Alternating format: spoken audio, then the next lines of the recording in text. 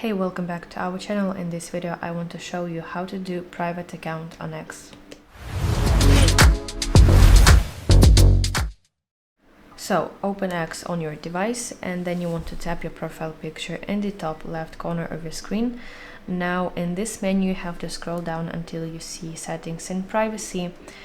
As you can see, your settings are divided into different sections. You want to go to section that's called privacy and safety.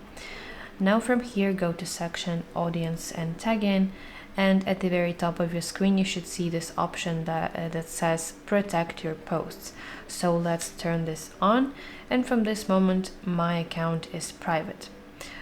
Basically how it works, only my current followers are still able to see my posts on X, on my page, and any new people who want to follow me on X, they must send me follower requests that I can accept or decline.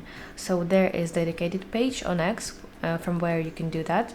You have to tap your profile picture in the top left, and in this menu you want to tap on function follower requests, and from here you can manage your new followers. So that's basically it. Thank you for watching. If you found this video helpful, please like it and subscribe to our channel to see more content like this.